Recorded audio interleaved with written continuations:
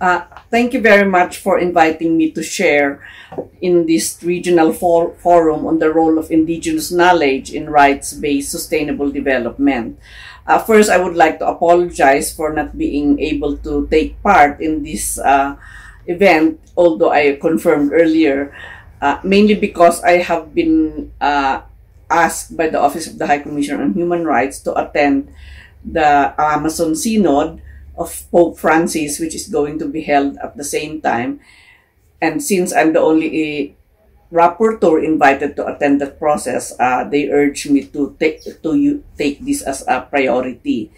Nevertheless, I'd like to say a few words on the issue of indigenous knowledge systems and practices, because this is a key issue that indigenous peoples have been raising since we started drafting the UN Declaration on the Rights of Indigenous Peoples, and even before that, because the traditional knowledge systems of indigenous peoples are the systems that have allowed them to continue to pursue their cultures as well as their knowledge in relation to their relationships with nature and their relationships with each other.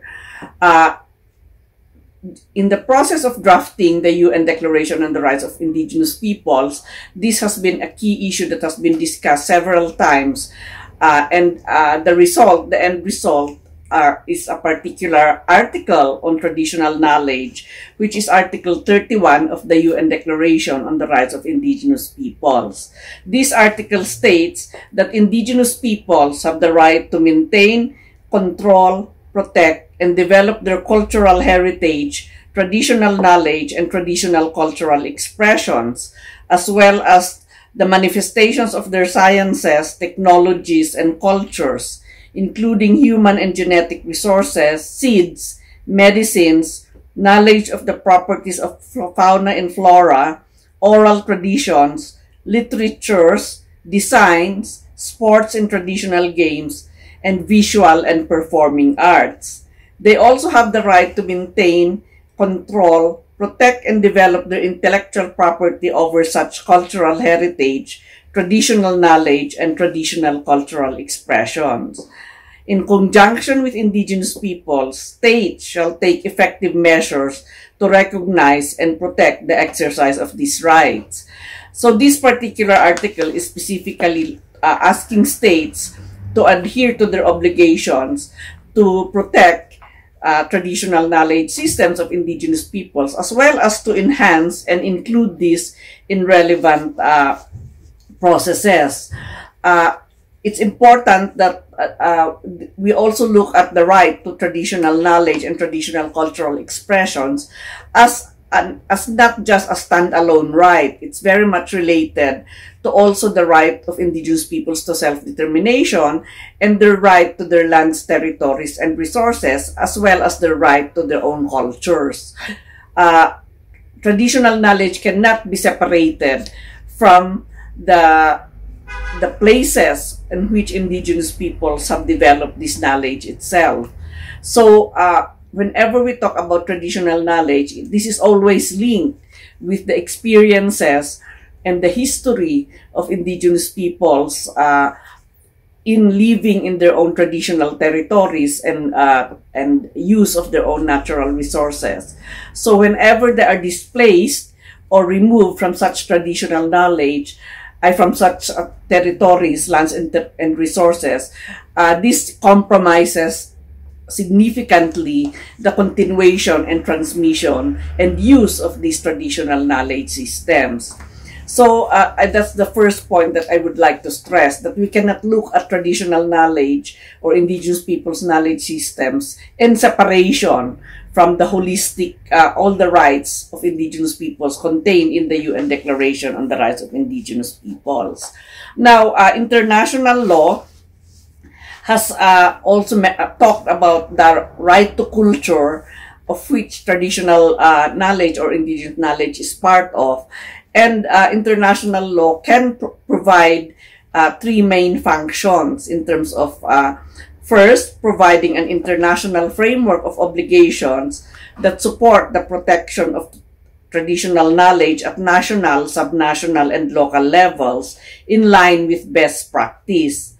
Second, not to create perverse incentives to use indigenous knowledge without due respect and recognition of the rights of its holders. And third, to provide international remedies to traditional knowledge holders who feel that their knowledge is misused or misappropriated. At the international level, we have been part, indigenous peoples have been part in several processes which recognize the importance of traditional knowledge. In the Convention on Biological Diversity, we have Article 8J, which recognizes indigenous peoples' traditional knowledge systems in biodiversity conservation, and also the importance of ensuring benefit sharing when these traditional knowledge systems of indigenous peoples are used. We now also have the Intergovernmental Platform on Biological and Ecosystem Services, and the operating principle that this platform has is to recognize and respect the contribution of indigenous and local knowledge to the conservation and sustainable use of biodiversity and ecosystems. The IPBES is one of its goals is to explore ways and means to bring different knowledge systems, including indigenous knowledge systems, into the knowledge policy interface. What is important about the IPBES process is that it has recognized that traditional knowledge is equally valid to the modern science systems. We also have achieved in the Convention on the UN Framework Convention on Climate Change, after several years of lobbying in this process, we have the RED Plus safeguards, which recognizes the importance and asks the parties to respect the knowledge and rights of indigenous peoples and local communities by taking into account relevant international obligations. And it has clearly mentioned the UN Declaration on the Rights of Indigenous Peoples. Recently, during the Paris Conference of Parties, the Paris Agreement recognized the importance of including indigenous knowledge systems and the knowledge systems of local communities. So presently, there are now discussions going on. The local communities and indigenous peoples platform for sharing knowledge on climate mitigation and adaptation has been established. This is equally composed of indigenous peoples and governments. And the process that they are undertaking now is developing a work program which will be submitted for adoption at the COP that will be held in Chile in December of this year.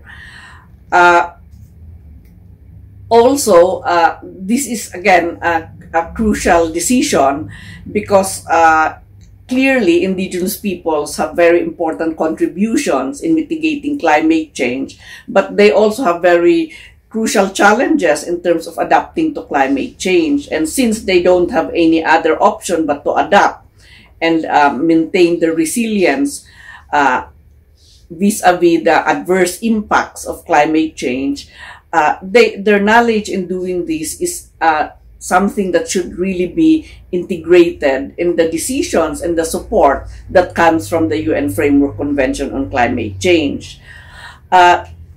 Additionally, in the World Intellectual Property Organization, there is a working group that looks at the issue of intellectual property rights of indigenous peoples over their genetic resources, their traditional knowledge, and traditional cultural expressions. There is still some way to go to have the treaty that will recognize this and protect this, but nevertheless, indigenous peoples have been participating in this as well.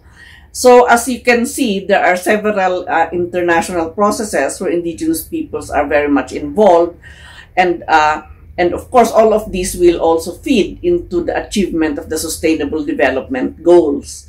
No, in the Sustainable Development Goals, we have several goals that relate to the and targets that relate to the need for enhancing indigenous people's knowledge systems, as well as strengthening their institutions. Goal 16 is about strengthening the institutions of indigenous peoples to be able to achieve sustainable development and to provide justice in situations where injustice has continuously been faced by indigenous peoples.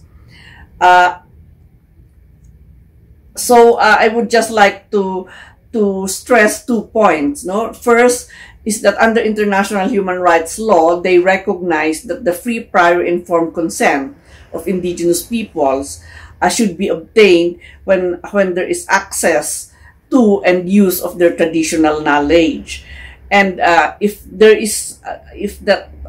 free, prior, informed consent has not been obtained, and their active participation in designing programs and policies related to the use and protection of traditional knowledge is not ensured, then they should have access to remedies at the international and domestic level in terms of addressing these issues. One of the key issues that indigenous peoples face is really the misuse and misappropriation of their traditional knowledge.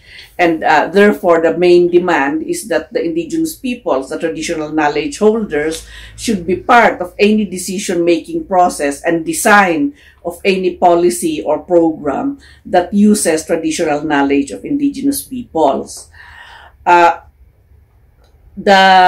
The obligations of states is to really ensure the inclusion of traditional knowledge holders in documentation processes, including their empowerment to carry out documentation processes if they so wish. These documentation processes includes assessments, environmental assessments or social impact assessments in the use and the use of their traditional knowledge systems. But there are already many examples of how traditional knowledge is also being transmitted to the younger generations. And I would like to cite just one to show that there are successful programs that have been carried out by indigenous peoples.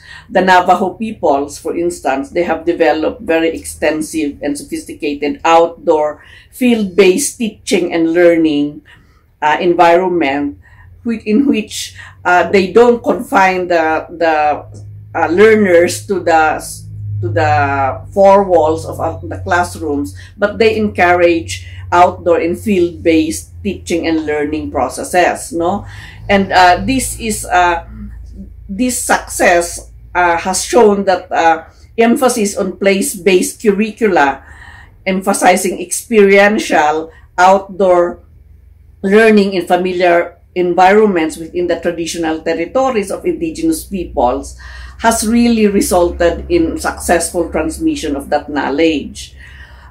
They also have ensured that the relevant indigenous knowledge are included whenever possible in any school curriculum or any policy and program development. And there is an explicit involvement and cooperation of indigenous peoples' knowledge holders, elders, and educators in the design of the content, location, and delivery of curricula and programs. So I think that one of the big challenges that indigenous peoples face is really how this kind of knowledge can be transmitted to the younger generations and how this can be adapted and used by the dominant populations as well. Because if we believe that the traditional knowledge of indigenous peoples contributes to climate change mitigation and adaptation, to biodiversity conservation and protection, then by all means there should be processes that will ensure the inclusion of these knowledge systems, but with the caution that the rights of the knowledge holders be respected and protected. So these rights would include the rights to be consulted, the rights to have their prior informed consent obtained, and the rights to ensure that the knowledge is continuously transmitted to the younger generations, who will be the ones facing many of the crises that we face in the world today. So I hope this conference is going to talk more about more concrete recommendations about how to strengthen traditional knowledge systems, how to support and protect the rights of traditional knowledge holders, and how to ensure that these are transmitted and used, but with recognition of the rights of these knowledge holders. Thank you very much, and I wish you all the best in pursuing the objectives of the conference.